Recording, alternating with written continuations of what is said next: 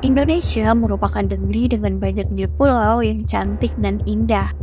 Namun juga Indonesia berada di urutan kelima sebagai penghasil sampah plastik terbesar di dunia. Setiap harinya jutaan ton sampah bisa dihasilkan di seluruh penjuru negeri. Sampah-sampah ini tidak semuanya langsung dibuang. Ada beberapa jenis sampah yang bisa diolah lagi. Jenis-jenis sampah yang dihasilkan sangatlah beragam, mulai dari sampah organik atau terurai yang berasal dari sisa makanan, hingga sampah non-organik atau tidak terurai seperti plastik, kertas, dan logam. Sampah organik akan langsung dibuang ke tempat pembuangan akhir, sedangkan sampah non-organik memiliki potensi untuk didaur ulang. Salah satu fasilitas yang memprakarsai inisiatif daur ulang adalah Depo Daur Ulang Seci. Depo berdiri sejak Januari tahun 2008. Tempat ini merupakan salah satu pusat pemilahan sampah oleh relawan.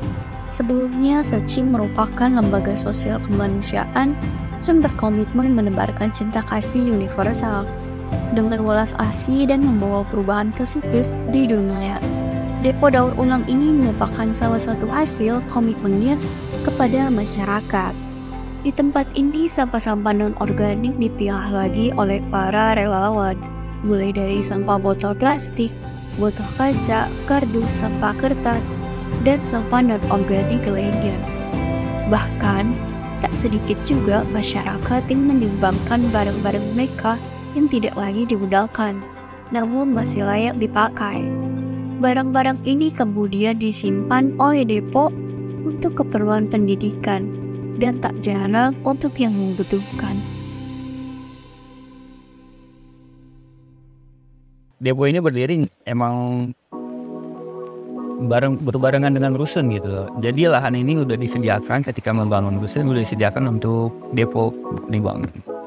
Visi mungkin lebih ke pendidikan sih, saya tahu, karena sesuai dengan nama tidak kan, Depo Pendidikan Pelestarian Lingkungan, lebih mendidik ke masyarakat gitu, apa barang-barang yang pemilah, mana yang bisa digunakan, mana tidak, masih bisa didaur ulang, mana enggak.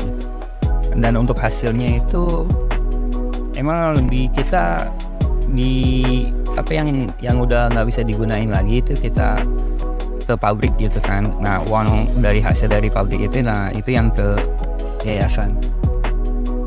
Lebih cenderung sih ke botol ya, lebih banyak ke, karena itu yang lebih gampang. Kita botol kita pergi lah di sana gitu, kita bersihin gitu ya, kita pisahin apa labelnya, tutupnya, terus pol besi, aluminium.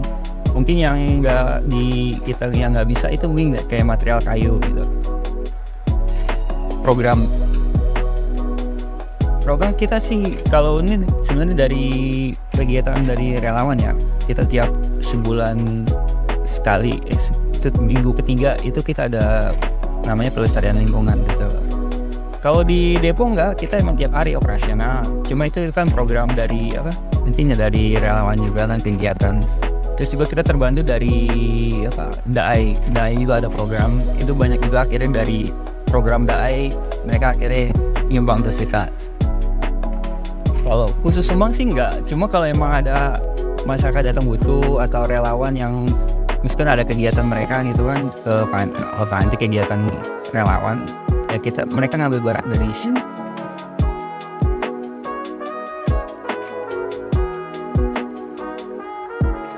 Ada beberapa sih yang ikut, tidak semua apa, mereka ada yang datang sini, yang kayak anak-anak juga datang itu nawarin bantuan, ada yang bisa dikerjain nggak di sini gitu.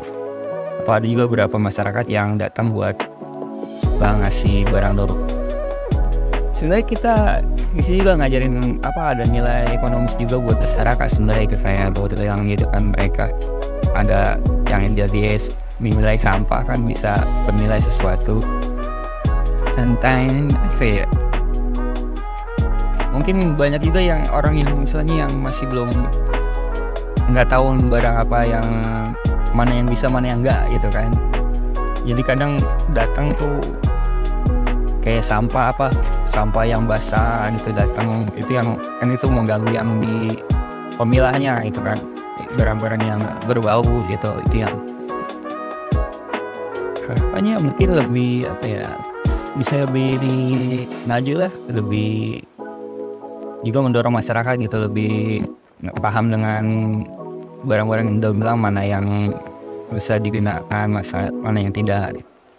Jadi mereka sendiri bisa memilah sendiri di rumah.